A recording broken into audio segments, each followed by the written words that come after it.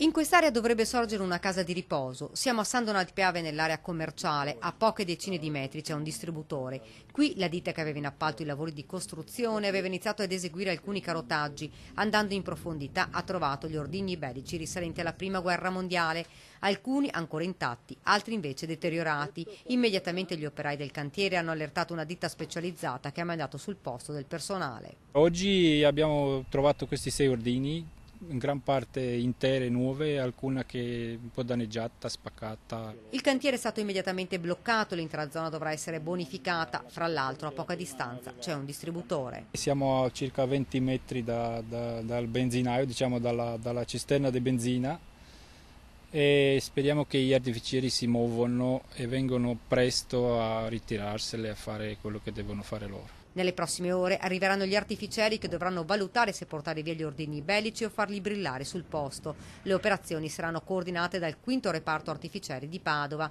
Non è la prima volta che vengono trovati ordigni bellici dai conflitti. L'appello di Raduta è rivolto ai privati che trovano queste bombe. Se un privato trova dei ordigni bellici, non toccarli, prima cosa di non toccarli, avvisare subito i carabinieri, le forze d'ordine, che è una roba molto pericolosa. Infatti c'è gente in giro che si fa molto male toccandoli, pulendoli, sbattendole da sinistra a destra per vedere cos'è, e infatti scoppiano. L'area verrà transennata per permettere tutte le operazioni di bonifica. Solo al termine di queste ed ulteriori accertamenti i lavori potranno ricominciare.